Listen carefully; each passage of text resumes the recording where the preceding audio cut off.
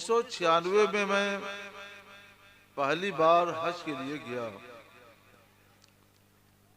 अश्क रसूल आला हजरत इमाम अहमद रजा अलैहि रहमत व रिजवान की किताब में पढ़ा था कि दो नबी आज भी आसमान में जिंदा हैं, यानी उनको मौत आई ही नहीं।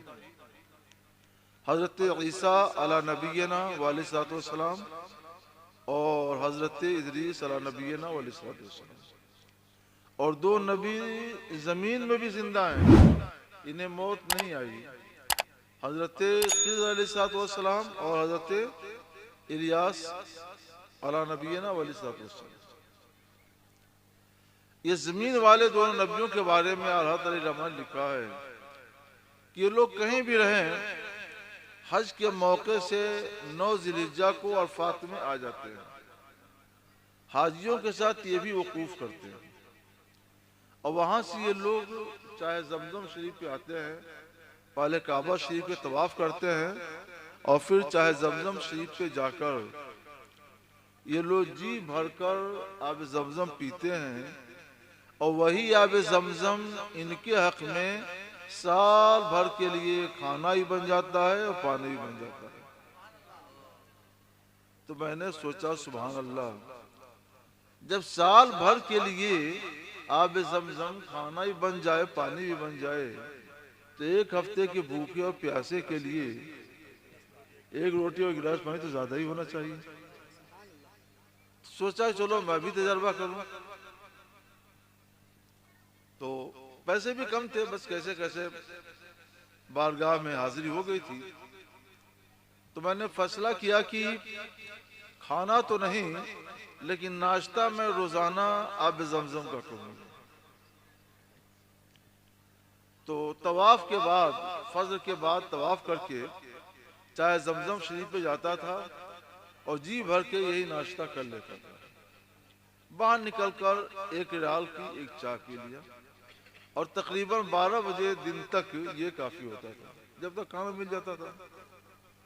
मेरा काम चलता रहा। अरफात में हाजिर हुई तो ख्याल आया कि वो दोनों हजरात आए होंगे, मगर मुलाकात कैसे होगी?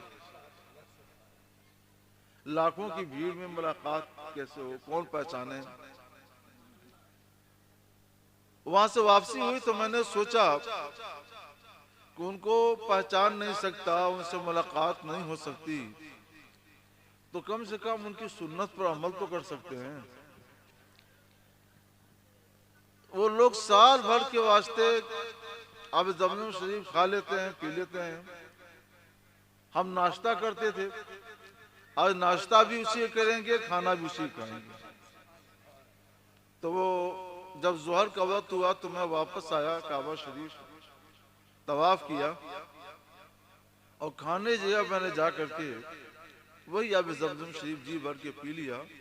कुछ ऊपर गिराया, कुछ पिया, आसूदा हो गया माशाल्लाह। और फिर मैं अपने कमरे की तरफ चला। इसमें 1-1.5 घंटे गुजर गए थे और बहुत आसूदा हाल, भूख का कोई एहसास नहीं।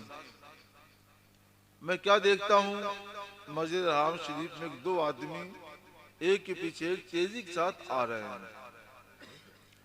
नजर पड़ी तो मैं उन्हें देखता रहा। वो लोग आगे बढ़े, पहले एक ने मुझे सीने से लगाया, बड़ी मोहब्बत के साथ मुआनका किया, पीठ थपथपाई। मैंने सोचा कि अभी से मैं पूछता हूँ कि आप कौन है, कहाँ से हज के लिए आए हैं, इतनी मोहब्बत का मुजाहरा क्यों किया? मगर वो छोड़ते ही फौरन निकल गया, मैं पूछ नहीं सका। जब तक दूसरे ने भी वही बर्ताव किया, सोचा इनसे जरूर पूछेंगे, मगर इन्होंने भी पीठ थपथपाई, मुआनका किया, मैं पूछ नहीं सका। वो भी फौरन छोड़कर आगे बढ़ गए। मैं हैरत से दोनों को देखता रहा। फिर थोड़ी ही देर में वह लोग मजमे में कहीं खो गए। फिर मैं ये सोचते हुए आगे बढ़ा कि कहीं ये वही लोग तो नहीं हैं जिनकी सुन्नत पर मैंने आज अमल किया है। तो दिल में बार बार इसका एहसास रहा और आज भी जब सोचता हूँ तो उन्हीं का एहसास दिल में पैदा होता है। मैं कहना ये चाहता हूँ, पानी तो पानी है, पी लिया तो खाना भी बन गया और पानी भी बन गया। वो हजरात पी लेते थे तो साल भर के लिए खाना भी बन जाता था, पानी भी बन जाता था।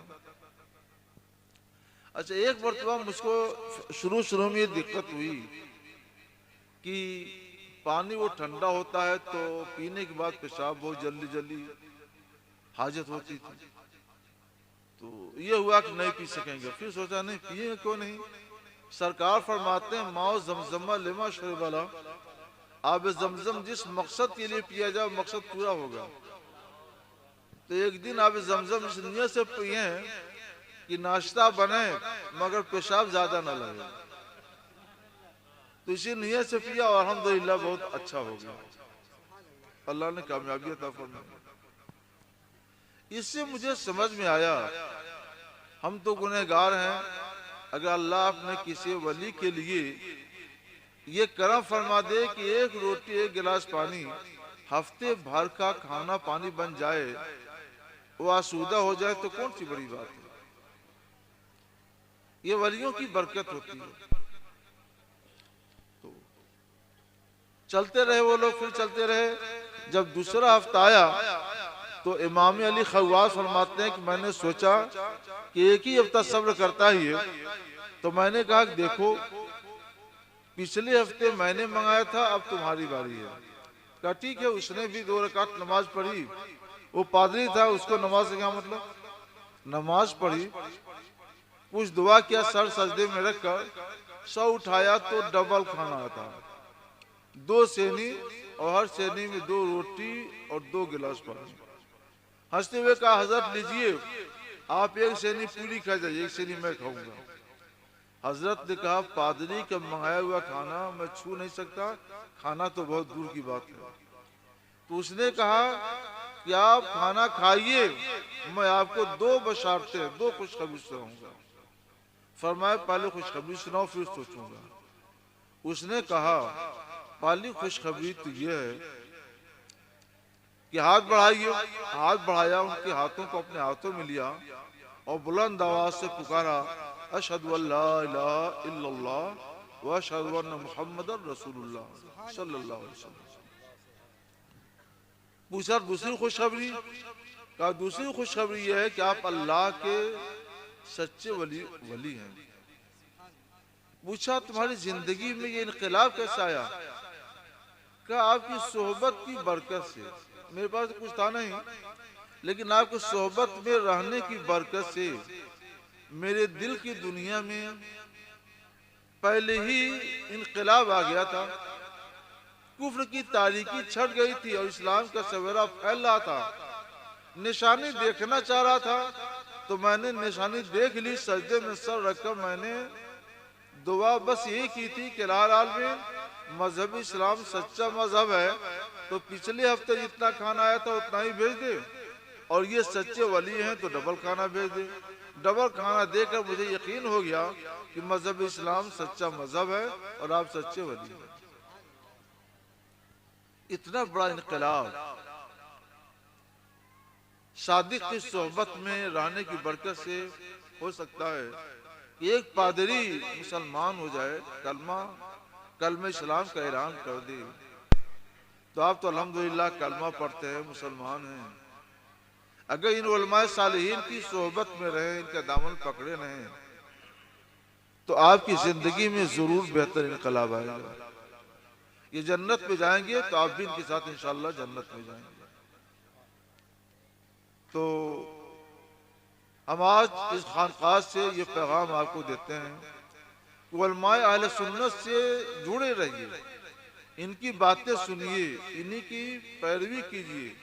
इंशाअल्लाह इनके साथ में रहना आपके लिए नजात का सबब बनेगा। इन्हीं से मसले पूछिए, इन्हीं से रहनुमाई हासिल कीजिए, इन्हीं के साथ रहिए। बदमज़हबों से दूर रहिए। उनके यहाँ शादी ब्याह नहीं करना चाहिए, उनके साथ उठना बैठना भी नहीं चाहिए। उलमा अहले सुन्नत के साथ रहिए और ये जो दीन की बातें बताएं उनके मुताबिक अमल कीजिए।